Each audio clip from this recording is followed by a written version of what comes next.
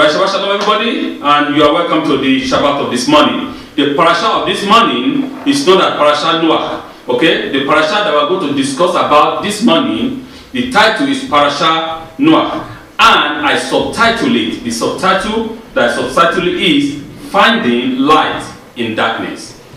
Finding Light in Darkness. Just to give us a little bit of explanation, the world is full of darkness. So where do we find the light? Where do we find the light that can light our path in this world? Because the physical world that we live in is completely filled with darkness. So but we need light so that we can see. Right? So where do we find this light? So, because remember, the life we live is up and down, it's filled with trials, temptations, it's filled with all kinds of distress, a lot of things, a lot of troubles, right? But we need the energy, we need that light so that it can lead us to what? To Kedem. That light that has to lead us back to the Garden of Eden.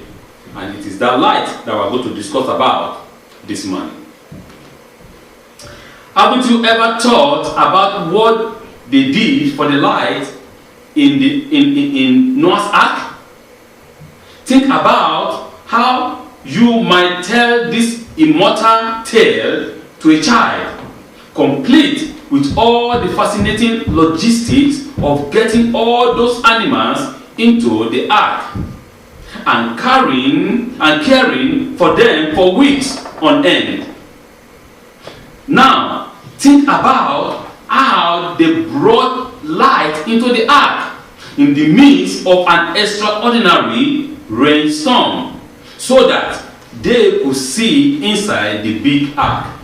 I'm just giving us a thought here. Think. Let us just think. How did this light come into the ark? This is a big depth, 300 feet. It's a cubit, not feet. Cubit. It's a big ark. It's a ship with 3-story, bottom, second, and the top floor. Right? So how did they see? It's full of darkness. It's the kind of a representative of the planet or the world that we live in. Imagine, you are telling your granddaughter or you're telling your grandson, right? Imagine a boy of 5 years old, a boy of 7 years old, 6 years old. You are trying to tell him or her, the story of what? Of Noah. How do you relate this story to a baby so that the baby can understand? Depending on which translation of the Torah or the Bible you use, you may think that the Torah text answers these questions. Perhaps it does, and perhaps it doesn't. Let us read what the Torah said, right? In Genesis chapter 6, verse 16. He said, make a soha for the ark. Make a soha. That's in Hebrew. Make a soha for the ark, says the text. But it is not clear what this unusual Hebrew word means. Soha. What does it mean? Some people translate it, the literal translation said it's a light. Right? It's a light. From the Hebrew word soharim or noon. It's a light, noon. Right? Other translate it as windows. In some books you can see they translate it as windows or as a small opening. It depends on the translations. Since this is what the context demands, though the etymology of is not very, very clear. It's not clear because in Hebrew I told us many times that one word might mean 70 different things. So how do we get the actual meaning from this word?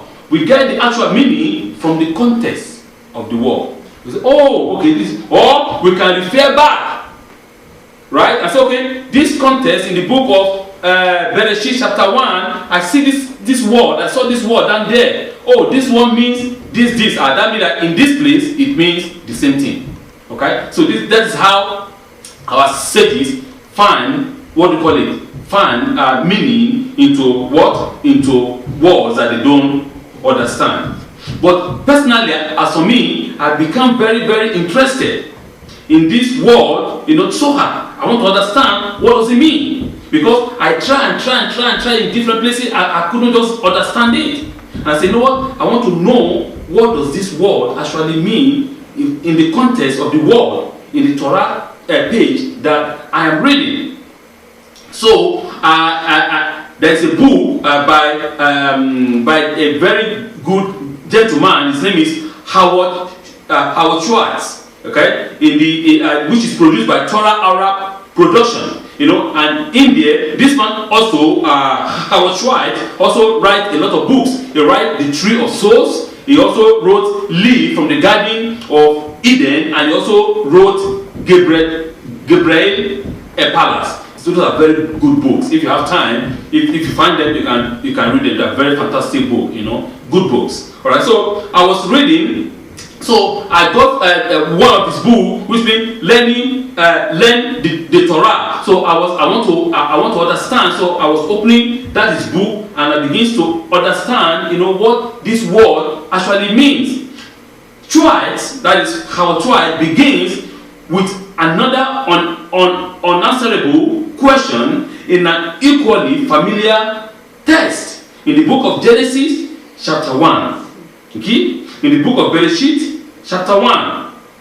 It says that if as the text tells us, the sun and the moon and the star were created on the fourth day, right? The fourth day of creation. That is when the star, the moon, the sun, and everything, the light, was created. So now, then the question is, what sort of light was created when God said on the first day, let there be light? What kind of light is that? Because the first day, remember, God said, let there be light, and there was light. Right? And on the fourth day, God created the moon, the sun, the moon, and the stars, all the hosts of heaven. He created them on the fourth day. So, what is the difference between the light of the day 1 and the light of day 4? What is the difference? What kind of light did He create in the first day? That's what we're going to discuss about. Because technically, it's different from the one that we're seeing now, right? It's different. So, the rabbis of the Talmud and the Midrash wove a wonderful tale about the kind of primordial, otherworldly light that came into being in response to God's first command, and that continued to trace its way through the history of the world. This sacred light originated, some say, in the light of God's own talit, and that God kept this sacred light in the Garden of Eden after Adam, when Adam and Eve were expelled, where it will await the righteous in the world to come, that is in the Garden of Eden. According to some, this light embedded itself in the very word of the Torah. It depends on the translation, or it depends on the person that is interpreting. Some people say that this light actually was drawn from the talit of the Holy One, blessed be He. Because the Torah said in the beginning of God creating the heavens and the earth, the world was without form and void, right? And darkness, face of the day, darkness everywhere. And God said, and sorry, continue. And the Spirit of God moved on the surface of the waters, right? Everything was dark. And God said, let there be light. Voila, there was light. Right? So what kind of light is this? It's different from the light of the sun.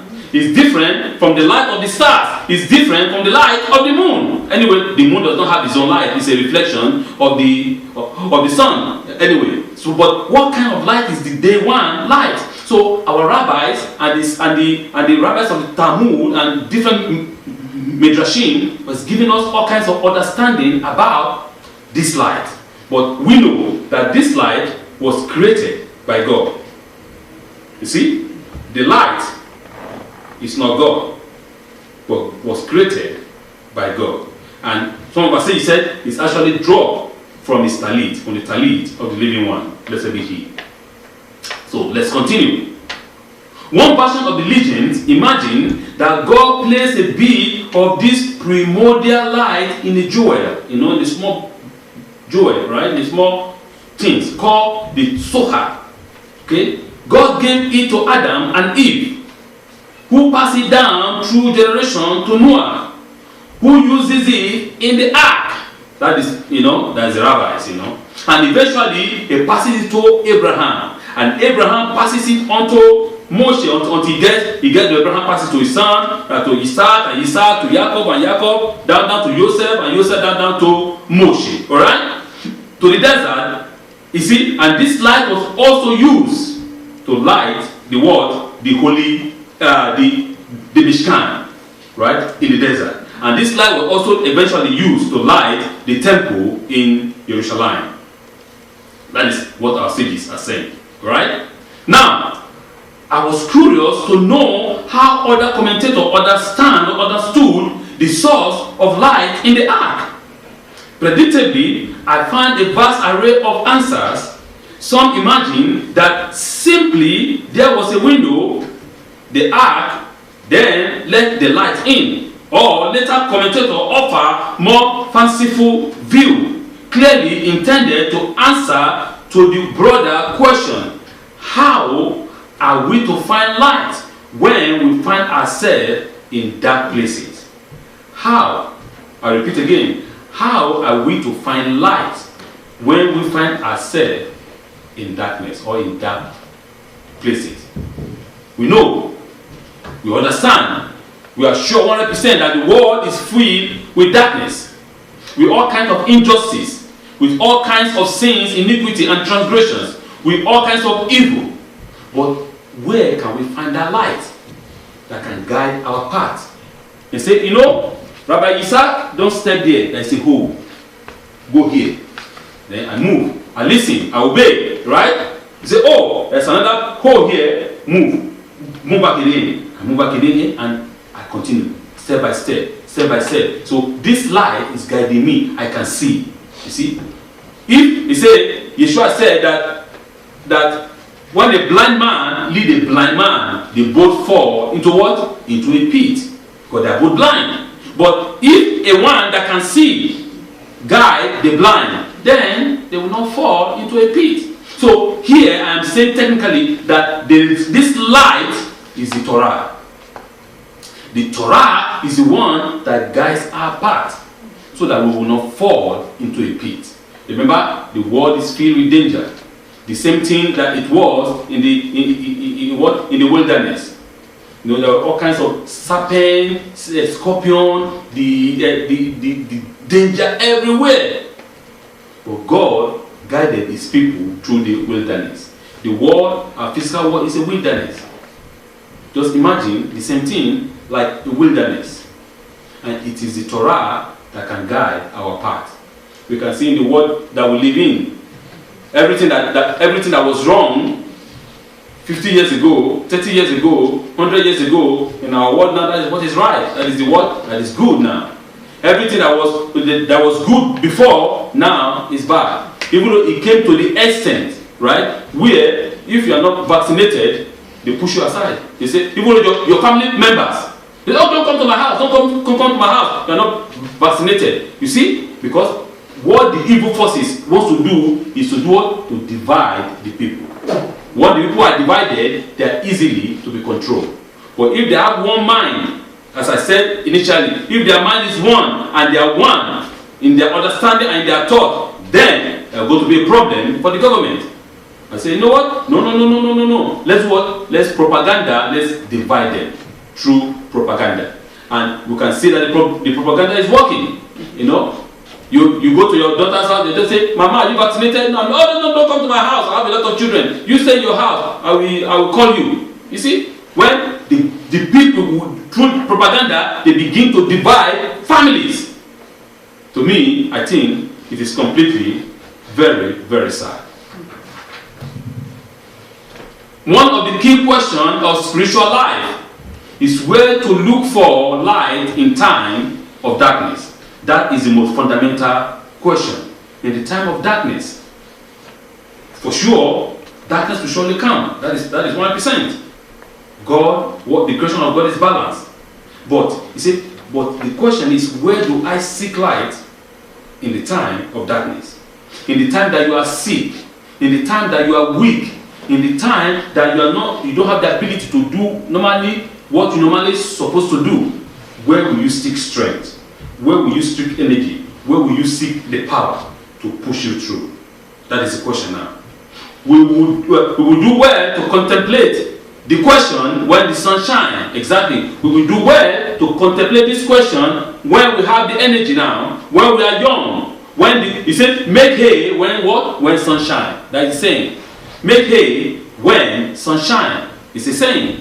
See, that means work hard, have a saving, do what is right while you have your energy, while you are still strong, while you are still when you are still have the power to do all those things. Because the time will come when you don't have the ability to do all those things.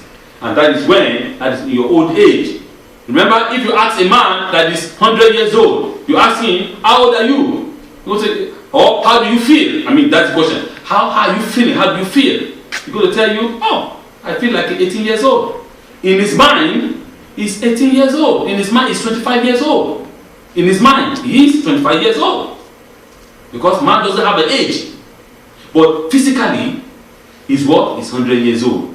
In his mind, he wants to run. But the physical body says, no, cannot run. In his mind, he wants to go and party, and dance. But the physical body says, oh man, you're too old, And in his mind, he wants to take his grandson, his great-grandson, or his great-great-grandson to take a walk, and play football. But the physical body is saying, man, it's not possible. But in his mind, he's 25 years old.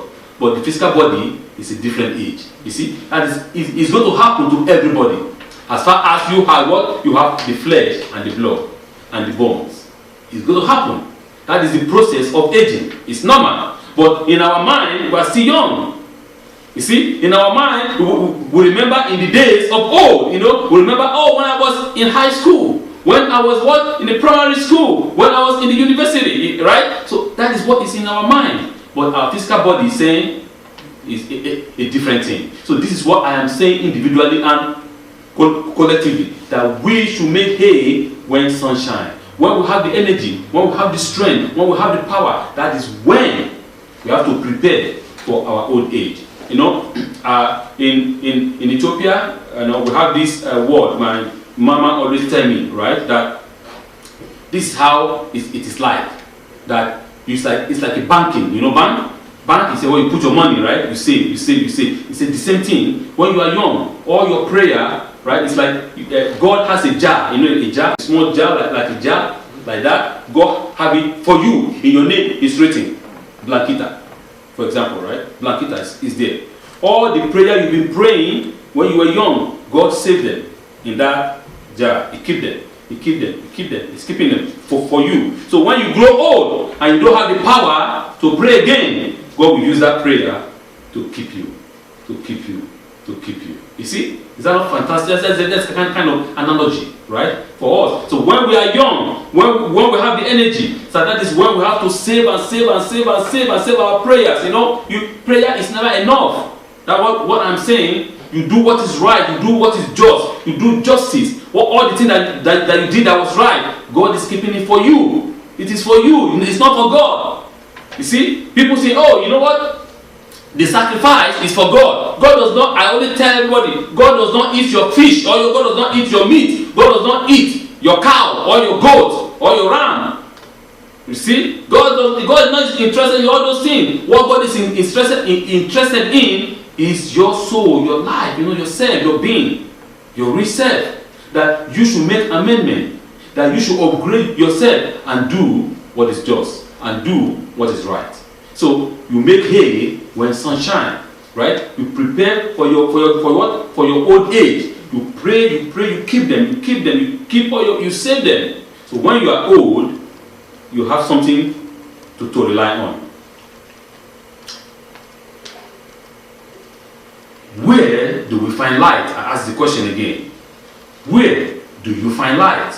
What are the things that you are to create, or what are the things that you do to create more light for others? Will you know what to do when you are in need of light? See, these are the kind of questions that we have to ask ourselves individually and collectively, right? So, what can I do? What are the things that I have to do to create more light to others? And this is the mission of Israel, that they shall be the light to the nations. That Israel is on the mountain, very clear, is a light. And there will be a light to the all nation, that all nations can see that light on the mountain, and they will follow and come upon the mountain. It's easy, it's not hard. We ourselves, human beings, make it hard. We add all kinds of jargons, all kinds of stupidity, all kinds of foolishness in the Torah, and we make it heavy and cumbersome, and we cannot carry it. But God, it's not the intention of God to make it cumbersome. It's not the intention of God to make it heavy for anyone. The Torah is light. It's very light. You see, it's very easy if we can follow it exactly the way it is written. Easy. No, do not add, do not subtract from it. Just follow it. It's not a rocket science. Just follow it, and you will see the light. You see? So we are to be a light to the rest of the world. Your actions, your doing should be a light that the people will say, oh, wow, Blanquita, wow, I can't believe. I have to follow her. Where are you going? You want to Kehila Beta Israel? Oh, can I follow you? See, our life should be an example to the rest of the world. Our life should be the life that we live should be a light to order for them to follow. At the end of this great mystic story of the Lord comes the equally powerful image of a rainbow. After destroying the world this one time, God offered to human family the covenant, the sacred promise that never again will the world be destroyed by divine hands. By waters, I will say. As demonstration of the promise, as an eternal reminder, as a hope, or as a source of hope, God periodically places the rainbow in the sky. We can see the rainbow. The rainbow is like different, you can see color of light, different one. Say, as a symbol of my promise that I will no longer destroy the world with water. I put the rainbow as an eternal covenant between me and you, between God and us, between God and humanity. But remember that whatsoever has a beginning has an end. The planet has a beginning. It's going to have an end. Everything that has a beginning has an end. So we have to understand this principle and be able to number our days. Say, let God help us to do what? In the book of Psalm. Say, may God help us, may God assist us for us to be able to number our days. A man who doesn't care, a man that cannot number his days, then he has a problem. Because he doesn't care. Everything is hunky-dory, everything is fine, everything is good, right? Before he knows, he's 200 years old and it's too late. Because he's always there, busybody, the busybody, one-ton eyes. But when you number your days, I am 25 years old.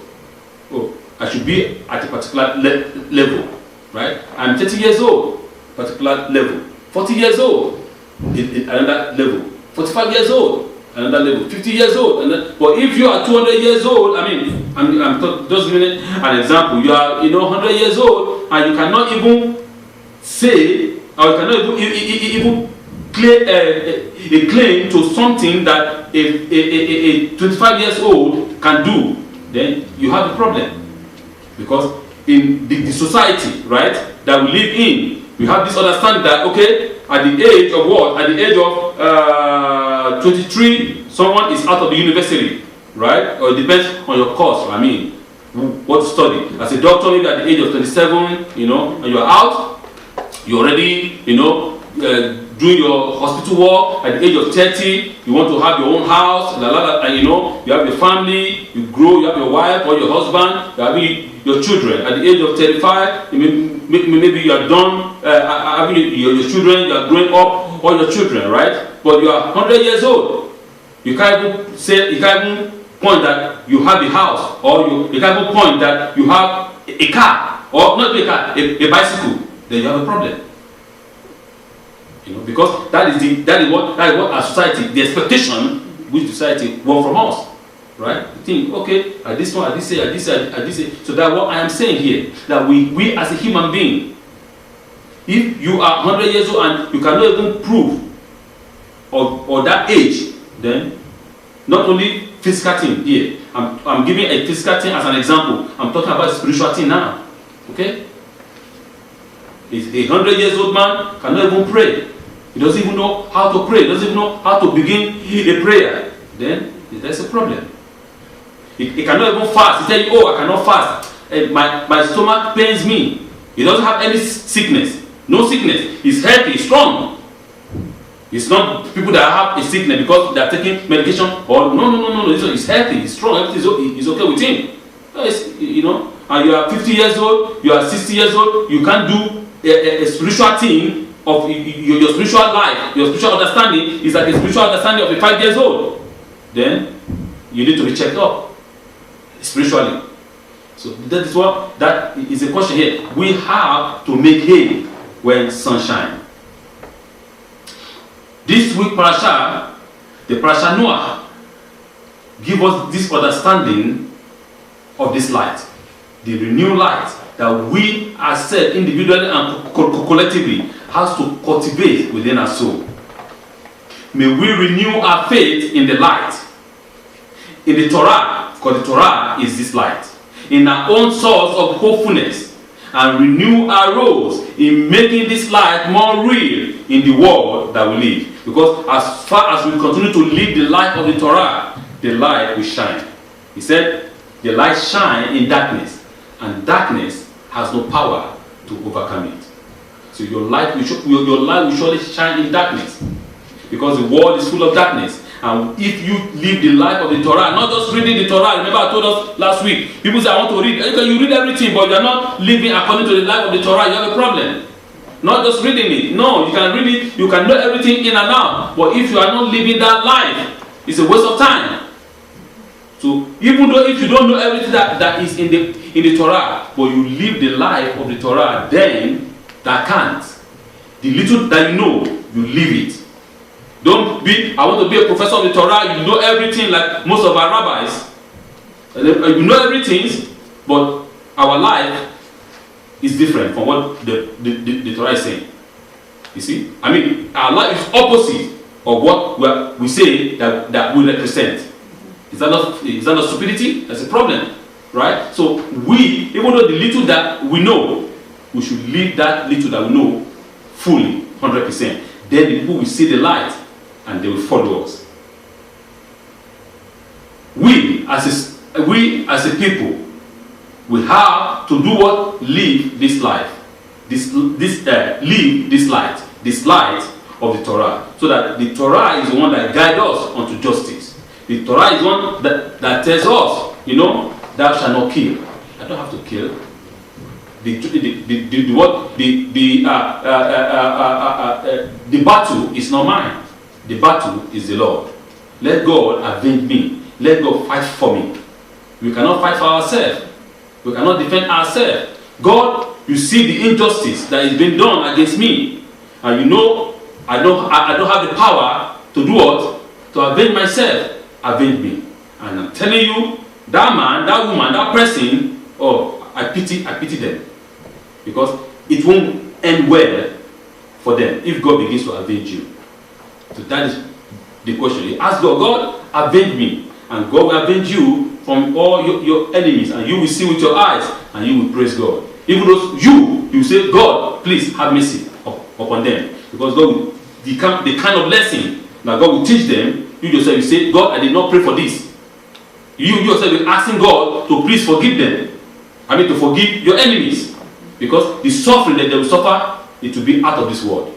So this is This is the point. If God avenge you, instead of you avenging yourself, give it to God. Hand over everything to God. God avenge me. So, but this is what the Torah is telling us, that we should allow God in our life. I know it's hard, because the hardest thing is for a man to give his whole life to say some kind of unseen forces. I don't see God. I don't know where He is. I don't know what planet is He or which part of the universe. I cannot hand over my life. No, I want to be in control of my life. That is self. That is ego. I understand that. That is human being. I understand that. But once we begin to trust God, once we begin to put our hope in Him, you release yourself completely, 100%. Release yourself. Let God use you for His light. Let God use you for His glory, and you will never, never regret. That I'm 100% sure, and that I can guarantee you. I cannot guarantee you anything, but this one I can guarantee you 100%. That whatsoever when you give yourself over unto God, for God to use you for His own glory, positive glory, I'm telling you, you will never, never regret it. Not in this world, and not in the world to come. That I know. So therefore, I'm telling us that we should, encourage each other with this word. That we can understand. Back then, those people in the time of Noah, what are they doing? They were doing exactly what we are doing now. They were partying, party everywhere. They were the men and the women, the women and the women, the men and the men. They were doing whatever they want to do. The Torah said the world was filled with robbery, corruption, everything now the same. Nothing changed. The Torah said nothing new under the sun. There is nothing new. There is nothing that is brand new. This is new. No. Everything is of old. Everything is of old. So therefore, my people, let us be that light. Noah was that light. The Torah said, and Noah found grace. Noah found favor in the sight of God, in the sight of Elohim, because he did what is right. He took care of his family. He took care of his children. He commanded his children to do what is right and what is just. He didn't close his eyes when he see injustice. He talk, he speak out. This is injustice. He speaks out. He didn't say, that's a problem. You see a man killing another person's it's none of my business. Let me face this way. No. You have to talk. Stop. You cannot do that. That man is created in the image of God. Right? So all those you see, he did not go out and start blaspheming the name of the Holy One, blessed be He. He did not go up and say, oh God, this work that you are giving me is too hard. How can I build a 300 cubit long ship? I'm not an engineer. I've never went to the university. How can I do that? He obeyed. And God gave him a plan, a master plan. This is it. God taught him. But he was willing, able to learn. No matter what, we might be. Some of us say, I'm too old to learn. The day a man stopped learning, the day he died. You have to continue to learn every day. Noah learned at what age? Maybe at the age of 600 years old, he begins to build the ark. Can you say an old man? No, say an old man, not 100 years old. I say, no. 600 years old plus begins to build an ark with his sons. Right? This is what I'm saying. We can able to learn at any age. God taught him and he followed the instruction to the least and he succeeded. And now we are the descendant of Noah. Through Noah, all the whole planet was what? Replenished again. So this is what I'm saying, that we should be that light. Let God use us for His glory. Let the light of the Torah shine through us. Not just the light in us, I have the light in me, but yet the light is in you, but it's not shining. I'm not seeing it. So please, let this light, let us live the life of the Torah. Let the whole world see that actually we are the student of the Torah. That we are the student of Moshe Rabbeinu. That we are the student of the Most High God. That is the most important. And then the world will be a different place, a new place, a great place to live. Parasha Noah. Shabbat Shalom.